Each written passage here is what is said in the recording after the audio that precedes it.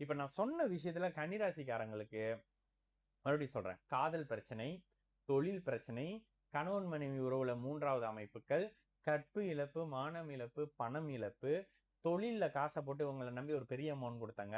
வருமா வராதான்னு தெரியல. 10 வருஷமா ஒரு நல்ல வேலைக்காரர் இருந்தாருங்க. அவரு சடன்லி என்னன்னு தெரியல, இப்படி ஆளுங்க கூட சேர்ந்துட்டு இந்த மாரி விஷயம் பண்ணிக்கிட்டு இருக்கிறாரு. எனக்கு படிச்சத மறந்து போகுது. ஸ்டூடண்ட்ட கேளுங்க. எனக்கு படிச்சதெல்லாம் மறந்து மறந்து போகுது. ஆபீஸ்ல என்ன மட்டுமே டார்கெட் பண்ணி பொலிட்டிக் பண்ணிக்கிட்டு இருக்கிறாங்க. வணக்கம். நான் உங்கள் விக்கி ப்ரோஸ். நமக்கு எண்கணித ஞானத்தையும், வேத ஜோதிட ஞானத்தையும், ஆன்மீக ஞானத்தை வழங்கிய அனைத்து குருமார்களுக்கும் நன்றி என்ற அதே வேளையில் இது ஒரு ஜோதிட விளக்க வீடியோ விருப்பம் உள்ளவர்கள் தொடர்ந்து பார்க்கலாம்.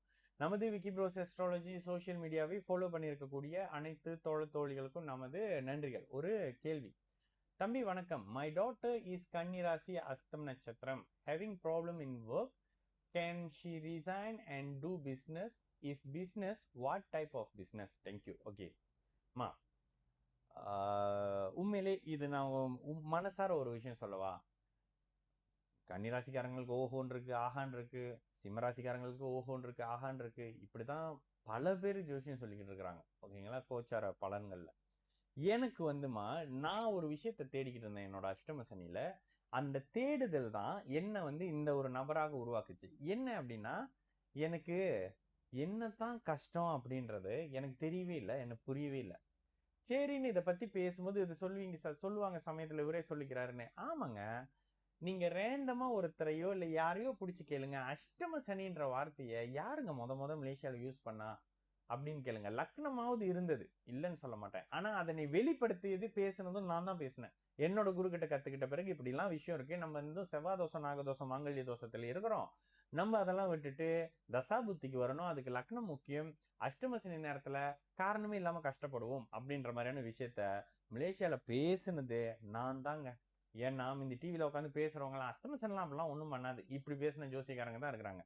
கடைசி அவங்களுக்கும் ஜோசியத்தை சொல்லி கொடுத்த மாதிரியும் ஆச்சு நம்மளோட விஷயம். சரி, இதுல இங்க பொண்ணுக்கு அஷ்டம சனி. அஷ்டம சனி நடக்கும் போது இந்த மாதிரியான வேலையை ரிசைன் பண்ணிட்டு தொழில் செய்யலாமா? கண்டிப்பாக வேண்டாமா. ஏங்க இப்படி சொல்றீங்க? அஷ்டம சனி என்பது உங்களை கடுமையான முறையில மன அழுத்தத்தை கொடுக்கும். இப்ப ஒரு 100 கன்னிராசிக்காரங்களை கூப்பிட்டு வந்தீங்கன்னா 90 கன்னிராசிக்காரர்கள் வேலை பிரச்சனையில இருப்பாங்க, திருமண பிரச்சனையில இருப்பாங்க, பணத்தை கொடுத்து ஏமாந்திருப்பாங்க, நம்பிக்கை துரோகத்துல இருப்பாங்க.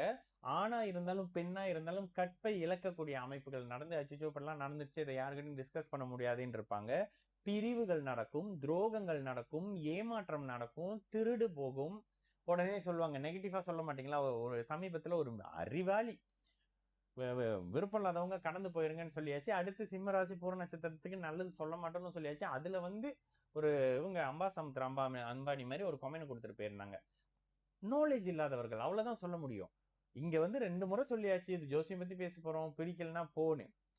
சில மரமண்டைகளுக்கு புரியாதுன்றனால அந்த மாதிரி போல. சரி, அதை விட்டுருவோம். இங்க கன்னிராசி அஸ்தம் நட்சத்திரத்துக்கு, கன்னிராசி சித்திரை நட்சத்திரத்துக்கு, கன்னிராசி உத்திரம் நட்சத்திரத்துக்கு கண்டிப்பாக சனியினுடைய தாக்கம் இருக்கும்.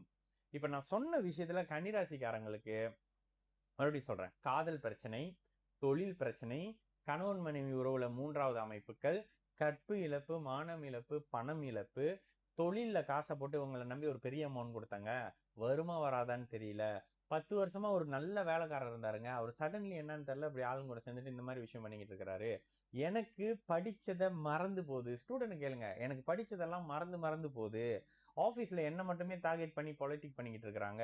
இது அத்தனையும் கன்னிராசிக்காரங்களுக்கு இப்ப நடந்துகிட்டு இருக்கும். இல்லைங்க, 100 பேர் நான் கூப்பிட்டு வரேன். அந்த 100 பேர்ல 90 பேருக்கு இது நடக்குது. மிச்சம் 10 பேரு நீங்க வாய் விட்டு வெளியில சொல்லிட்டீங்க. அந்த 10 பேர் ஸ்டேட்டஸ் காரணமா வெளியில சொல்ல மாட்டாங்க. இவ்வளவுதான் வித்தியாசம். ஒருவேளை அவங்க எந்த நாட்டுக்காரராக இருந்தாலும், எந்த மதத்துக்காரராக இருந்தாலும், இந்த கோச்சார நிலை அவங்கள அழ வைக்கும். ஒரு வருஷம் நல்லா அழுவீங்க, இருட்டுல உட்காந்து அழுவீங்கன்னு சொல்லுவேன். இதுதான் அஷ்டம சனி. அப்ப இதை கடந்து வர்றதுக்கு இப்ப சரி, நான் பிசினஸ் ஆரம்பிக்கலாமா? ஆரம்பிக்காதீங்க. பணத்தை போட்டு செய்யக்கூடிய எதுவும் செய்யாதீங்க. உழைப்பை மட்டும் நம்பி பண்ணக்கூடிய அமைப்புகள் செய்யுங்க. இல்லைங்க, நான் பண்ணியே ஆகணும், முதலீடு போட்டாதான் தொழில் செய்ய முடியும் அப்படின்ற சிச்சுவேஷன் வருதுன்னா, சின்ன அமௌண்ட், அந்த அமௌண்ட் போச்சுன்னா உங்களுக்கு பாதிப்பு இல்லாத மாதிரியான விஷயங்களாக இருந்ததுன்னா அந்த மாதிரி பண்ணுங்க. தயவு செய்து அஷ்டம சனியில் அகல கால் வைக்காதீங்க. அதனுடைய தாக்கம் அடுத்த 3-4 வருஷத்துக்கு இருக்கும். கன்னிராசிக்காரங்களாம் ஹானஸ்டா சொல்லணும்னா கன்னிராசிக்காரங்களுக்கு 2030க்கு பிறகுதான் நல்லது நடக்குமா.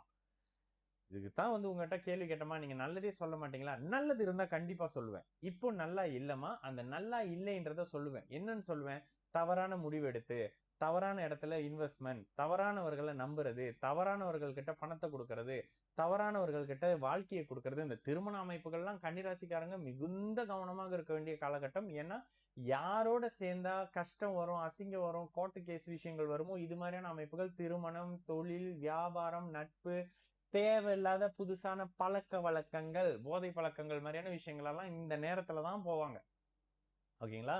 ஆணா இருந்தாலும், பெண்ணா இருந்தாலும் தேவையில்லாத அனுபவங்கள், உல்லாச அனுபவங்கள் இந்த மாரியான வெளியில சொல்ல முடியாத சில அமைப்புகள் இருக்க செய்யும். இப்ப நான் சொல்ற விஷயத்துல எனக்கு எதுவுமே நடக்கலன்னா, நீங்க கன்னிராசியான்னு செக் பண்ணுங்கன்னு சொல்வேன். ஓகேங்களா? இந்த மாரியான விஷயம்லாம் இருக்கும். இதுதான். அப்ப இந்த இடத்துலமா பல்ல கடிச்சுக்கிட்டு வேலை செய்ய சொல்லுங்க. வேற வழி இல்ல. பணம் வேணும். பணம் வேணும். ஆனா இந்த இடத்துல ரோசமே இல்லாம, சூடு சொரணை இல்லாம வேலை செய்யணும். அந்த மாரி தான் நடத்துவாங்க ஆபீஸ்ல. இதெல்லாம் வந்து கோ த்ரூ பண்ண ஒரு ஆள் தான் நானு. கோ த்ரூ பண்ணி, இத ரிசர்ச் பண்ணி, இத ஒரு 10 பேர்கிட்ட செக் பண்ணி, இதெல்லாம் பண்ணி தானே சொல்ல முடியும். இதெல்லாம் பண்ணி தான் சொல்றேன். இந்த 2 வருஷம் வேலைய விட்டீங்கன்னா, வேலை கிடைக்கிறது ரொம்ப கஷ்டமா இருக்கும். தொழில் ஆரம்பிச்சீங்கன்னா, சட்டியிலிருந்து தப்பிச்சு நெருப்புல போய் விழுந்த மாரி ஆயிருவீங்க. "சட்டியே சூடுறா சாமி" அப்படின்னு எகிறி வெளிய வந்தா, தக தக தகன்னு எரியிற நெருப்புல வந்து விழுந்த மாரி இருக்கும்ன்றதுனால, கவனமா இருங்க. அப்ப அஷ்டம சனியில எதுவுமே வராதா? அப்படி இல்லங்க. உழைப்பை மட்டும் நம்பக்கூடிய, முதலீடு இல்லாத, புத்திசாலித்தனத்தை பயன்படுத்தக்கூடிய விஷயங்கள்ல முதலீடா யூஸ் பண்ணுங்க. இப்ப நீங்க இறங்கக்கூடிய காரியம், உங்களுக்கு நல்ல யோக தசை இருந்ததுன்னா, உங்க கைய புடிச்சிட்டு போய் இதுதாங்க உங்க துறைன்றத அஷ்டம சனி முடிந்த பிறகு கொண்டு வந்து சேர்ப்பாரு. ஓகேங்களா? அதற்கு உங்கள சுத்தி இருக்கிற துரோகிங்க காணாம போணும், ஏமாத்துக்காரங்க காணாம போணும், சொந்தக்காரங்க காணாம போணும். இந்த மாரியான விஷயம் இருக்கும். காதல் காணாம போணும், லவ் பண்ணவருடைய உண்மை முகம் தெரியணும்.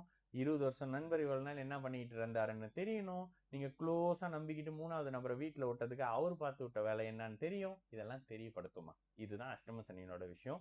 கவனமாக இருக்கணுமா. அடுத்து ஒரு 3, 4 வருஷத்துக்கு யாராவது நல்லது, அது இதுன்னு சொன்னாங்கன்னா, நம்ப தேவையில்லைம்மா. நம்ப தேவையே இல்லை. சரிங்களா?